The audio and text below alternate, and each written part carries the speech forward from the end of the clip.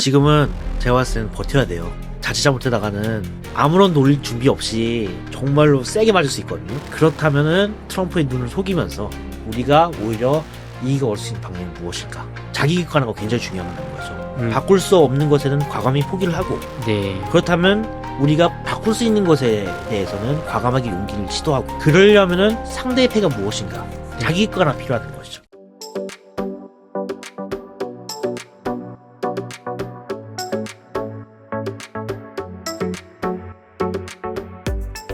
기자님, 저희가 지금 1, 2, 3부 동안 이제 미국이 정말로 중국과 전쟁까지 각오하는 마음을 먹었고, 실제로 군사력을 증강하고 있고, 그러기 위해서 돈이 필요하니까 공무원도 자르고 관세도 올리고 무임승차했다고 생각하는 동맹들한테 너희들도 돈을 내 라고 이렇게 바뀌었다고 하시잖아요. 이미 바뀌었다.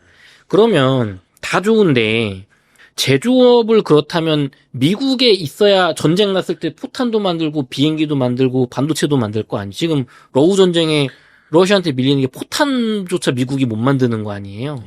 그러면 다 좋은데 이런 식으로 그럼 세계의 반도체 공장, 배터리 공장 다 미국으로 가져가면 우리나라는 뭐 해먹고 삽니까? 뭐 해먹고 살까요? 그러니까 지금 현대자동차 뭐 미국에 30조 투자한다.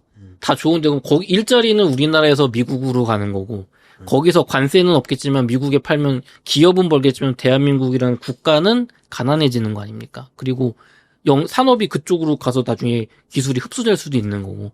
네, 지금은 제가 봤을 때는 버텨야 돼요.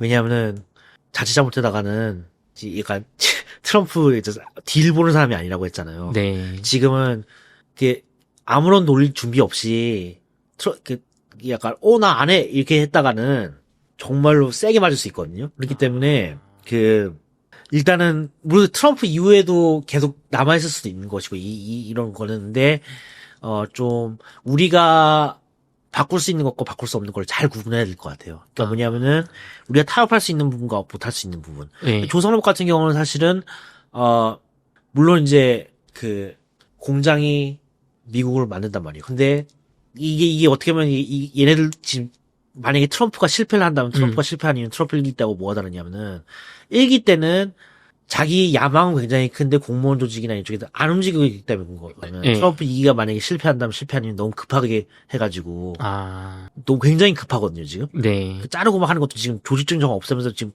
4년 안에 지금 성과를 내야 되는 건데 공장이라는 게 4년 안에 공장 만들 수 있어요? 없잖아요. 지금 바이든 때 텍사스 삼성 공장 그거 만든 것도 이제 거의 뭐 한두 달이면 이제 공장이 완성된다고 하는데 결국 정권이 넘어가면서 생기는 거잖아요. 네. 조선업 같은 경우도 만든다고 하더라도 시간이 걸린다는 거죠. 네. 그럼 당장 수요를 하기 위해서는 뭐 어느 정도 울산에 있는 뭐 조선업을 쓸 수도 있는 거고 이게 단기적인 거거든요. 그러니까 그거는 어떻게 할지는 잘 모르겠는데, 그러니까 뭐냐면 미국의 마인드는 그래 급해요. 급하긴 한데, 근데 또 막상 지금 그렇다고 해갖고 이거는 이공계나 엔지니어 하는 사람들 다 하는 거지만, 그럼 마음만 그런 거지. 근데 그 영향이 안 된단 말이에요. 단가 설사 공장이 만든다고 해도 그 인력을 어떻게 확보해요? 그러니까 그 가격에 미국의 그 인건비를 맞추면서 할 수는 없는 거란 말이죠. 그러니까 여기서 우리가 머리를 잘 써야 하는 게 잘 맞추면서 가문이설을 잘 하면서. 근데 결국은 못 한다는 거 알잖아요. 그 실무자들과의 접촉이 굉장히 중요해요. 근데 이게 다 안 되는 걸 아는 건데 그러면은 차선책으로서 우리가 이렇게 해줄게 하면서 최대한 우리의 이제 산업을 보호해야 하는 역량이 있는 것이죠. 가령 이렇게 말하면 헷갈릴 수 있는데 가령 한 얘기를 할게요. 일본이 이런 부분에서 되게 약삭빠른데 네. 얼마 전에 트럼프가 일본 방문했잖아요. 근데 다들 이제 방위비 인상. 왜냐면 이제 일본 같은 경우 방위비 인상 이제 해야 할 시점. 근데 그때 예전에 바이든 때 이미 일본하고 얘기하고 국방 예산에 이제 2% 이상 쓰겠다고 하면서 엄청 이게 미국 의회에서도 효과다 하면서 우리 1% 미만이었거든요. 네. 2% 이상으로 올리겠다고 약조를 했단 말이에요. 네. 근데 이제 트럼프하고 또 방위비 이제 올릴 거에 대해서 GDP 올릴 거에 대해서 우리 또 벌겨 먹으려고 하면 어떻게 하나 라고 했는데 일본 외무성이나 방위성이 있는 체력가들은 생각이 달랐어요. 이거 뭐냐면은 어차피 지금 물가가 올라가가지고 2% 우리 공약을 했는데 물가가 오르기 때문에 2%가 2%가 아닌 게 된 거예요. 무슨 말이냐면은 네. 물가가 올라가지고 원래 약속했던 실질 물가 인상률이 반영해서 2%인데 인플레이션이 생기다 보니까 사실 바이든 때 약속했던 게 2%라는 건 실질 그 2% 성장인데 잡아먹혀가지고 어차피 올려야 되는 판이에요. 그렇다면 트럼프한테 먼저 패일까지 아니라 맞습니다. 올려야죠 하면서 어차피 바이든 때도 실질적인 그 약조에 보면 올려야 된단 말이에요. 네. 실질 물가 인상에 따라서. 네. 그러면 어차피 올릴 거 트럼프가 압박하면 그때 이제 고민하는 척하면서 올리더라도 사실 바이든 때의 범위에서 그 실질적인 물가 인상률을 생각했을 때는 크게 벗어나지 않다. 큰 손해 아니다. 큰 손해 아니다. 그런 전략까지 짜는 것이죠. 왜냐하면 트럼프 입장에서는 결국 자기 관객들이 대내 관객이란 말이야. 자기는 수치만 있으면 돼. 그걸 잘 속일 수 있는 지혜가 좀 필요한 것 같아요. 악마는 디테일이 있다고. 당연히 생각했을 때, 누가 몰라요. 미국 제조업 안 돼요. 근데 어쨌든 트럼프 입장에서는 자기 유권자들한테 지금 약속을 해줬단 말이에요. 어떻게든 결과물을 가져와야 돼. 그렇다면은 트럼프의 눈을 속이면서 트럼프가 보기 좋게 우리 결과물을 갖고 오면서 우리가 오히려 이익을 얻을 수 있는 방향이 무엇일까? 그래서 좀 생각할 부분이 있는 것이죠. 그렇군요. 이게 미국이 자동차 이런 제조업을 성공할 수 없다는 게 중론이긴 하지만 어쨌든 강하게 밀어붙일 거니까 우리는 장단을 좀 맞춰줄 수밖에 없다는 말. 장단을 맞춰주면서 그다음에 우리가 역제한할 수 있는 거니까. 얻어낼 걸 얻어내야 된다. 그렇죠.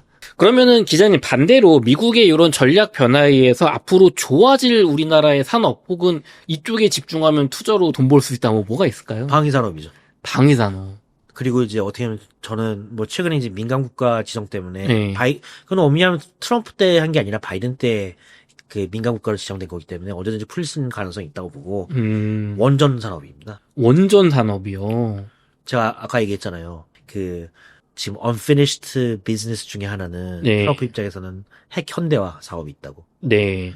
근데 핵 현대화라는 게 많은 사람들이 이거 국제연구기관이나 외교관들이 미국에 있는 사람들도 전문가들도 그러니까 문재인 정부 때 왜 탈원전을 갑자기 했을까 의심하는 사람들이 되게 많아요. 근데 이거는 제 얘기가 아니라 이제 미국 전문가들이 이제 저거는 말로는 이제 청정에너지를 명분을 삼으면서 실질적인 건 뭐냐면은 북한에 보여주기식이다. 그 얘기는 뭐냐면은 한국이 완전한 탈원전을 선언하면서 한양대 원자력 공학과나 그해 입시 지원율이 엄청 떨어졌었어요. 맞아요. 그리고 거의 제로에 가까웠거든요. 맞아요. 그 이유는 뭐냐면은 그럼 지금 미국이 그런 케이스인데 원전이 이제 더러운 에너지라고 해가지고 지난 50년간 탈원전하는 바람에 미국은 지적재산권만 갖고 있지 직접적인 원전 플랜트를 못 지어요. 기술력이나 인력이 다 없어진 거예요? 없어졌어요. 복구하는데 시간이 굉장히 많이 걸려요. 그리고 그렇기 때문에 결국 미국의 원전을 지으려면 한국 같은 기업한테 도움을 받아야 돼요. 한국이나 일본 같은 직접 플랜트를 지으면 왜냐면 노하우가 사라졌기 때문에. 근데 이게 왜 다시 문재인 정권 때 탈원전 정책이 나는 왜 이게 많은 사람들이 대북 정책과 연계가 있다고 의심을 하냐면은 평시에 원전 기술은 잠재적인 핵무기 보유 기술이기도 해요. 네.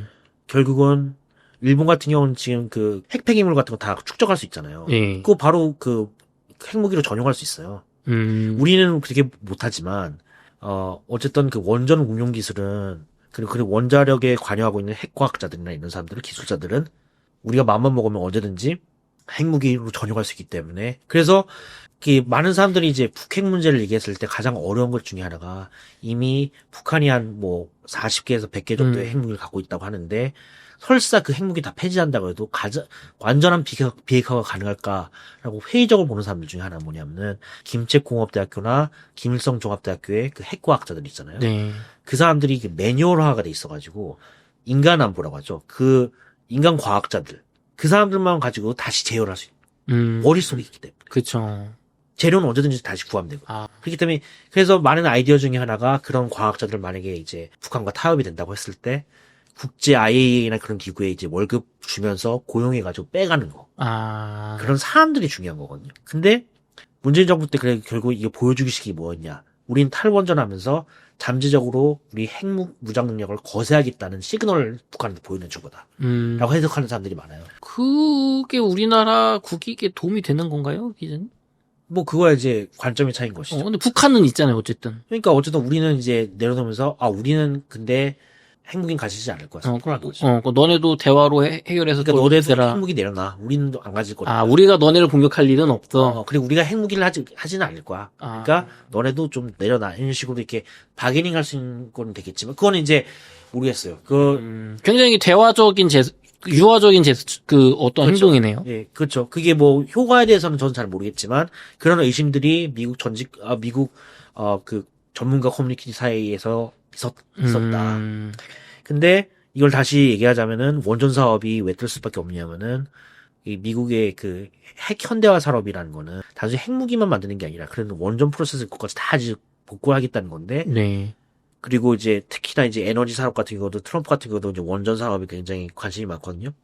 근데 결국은 이제 그러려면 한국의 기술력이 필요하기 때문에 그런 부분에서 협력할 수 있어야 되고 그 다음에 그것이 이제 결국은 이제 핵무기 현대화나 이런 사업에서 한국이 협력할 수 있는 부분이 있기 때문에 그런 부분에서는 어떻게 보면 좀 긍정적으로 볼 수 있는 부분. 조선업은 뭐 언론에서 많이 나왔으니까 굳이 제가 할 필요는 없는 것이고 네. 그다음 방산업은 무엇이냐 하면은 미국은 이제 큰 무기들을 많이 만드는 것이죠.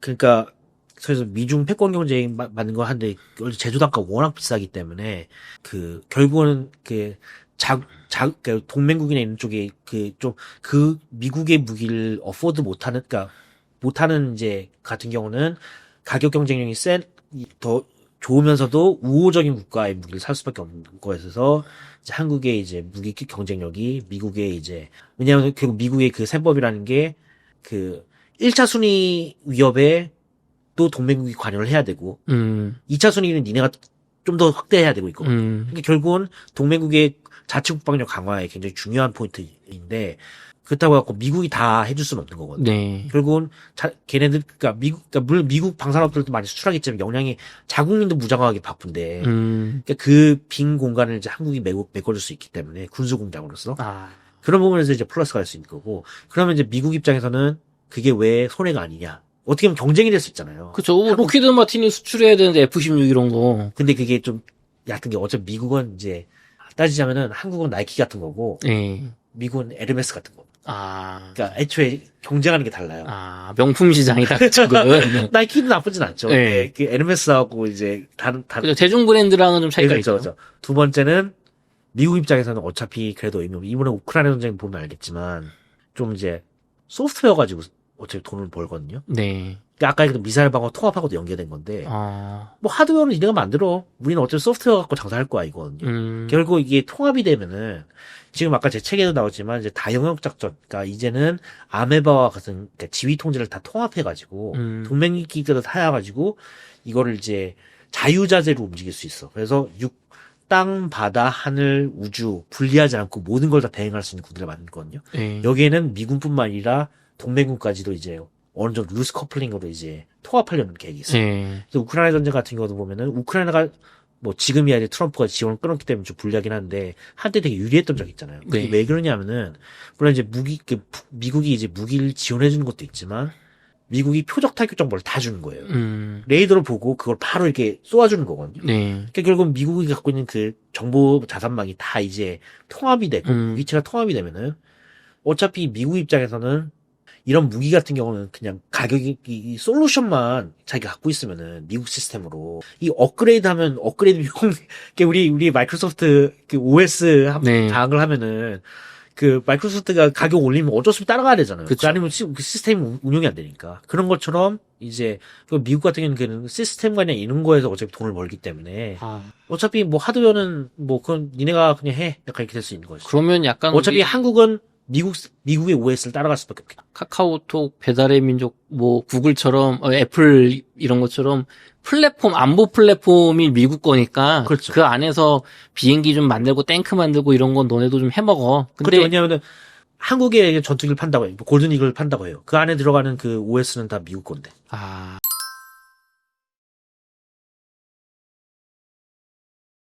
근데 이게 기자님 아까 제가 3부 때도 좀 느꼈는데 골든돔, 아이언돔 얘기하면서 점점 전쟁이 최첨단 어떤 이런 뭐 무인기도 나오고 드론전도 나오고 최첨단 극초음속 미사일 나오고 있잖아요. 몇 초가 중요한. 그러면은 지금 미국이 요구하는 건 아까 3부 때도 그랬지만 그 몇 초가 중요하니까 한국 독자 방공 시스템 쓰면 미국에 왔다 갔다 하는 사이에 맞으니까 미국 거 써. 1초에 오차도 없게 이거잖아요. 근데 이게 맞는 말인데 이러면 동맹국들은 군사적으로 안보적으로 미국에 종속되는 거잖아요. 맞아요. 근데 이 종속을 뿌리치자니 그러면 미국이 우리를 지켜주지 않고 우리가 동맹에서 떨어져 나가는 걸 감수할 만큼 우리가 안보적으로 지금 여유 있는 상황은 아니잖아요. 맞아요.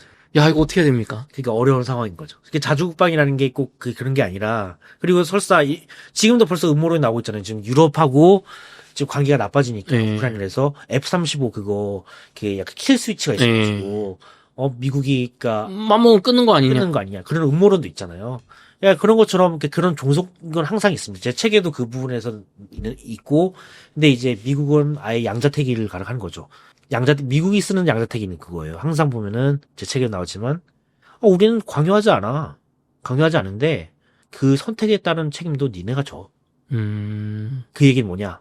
지금도 마찬가지인 게 지금에서 그 합동 전역역 지휘 통제라고 해가지고 그래서 그 전술 통제망을 다 엮을 수 있는 걸 이제 미군끼리 이제 통합을 지금 시도를 하고 있어요. 엄청난 돈이 들어가는 사업인데 이걸 이제 동맹국은 지금 허용해 주는 데가 설계 단계에서 파이브 아이즈 국가다. 그리고 제가 이걸 담당했던 이제 합동참모본부의 고위 담당자하고 이제 백그라운드 브리핑 했었는데 그게 2년 전이죠. 그때는 그 사람이 얘기했었어요. 비용 문제 이거 가지고 지금 많이 싸우고 있다고. 신경전이 있다. 왜냐면 워낙 바벨탑을 만든. 근데 내가 확실하게 얘기해 줄 수 있는 거는 지금 설계 단계에서 참석 안 하면 나중에 후회할걸?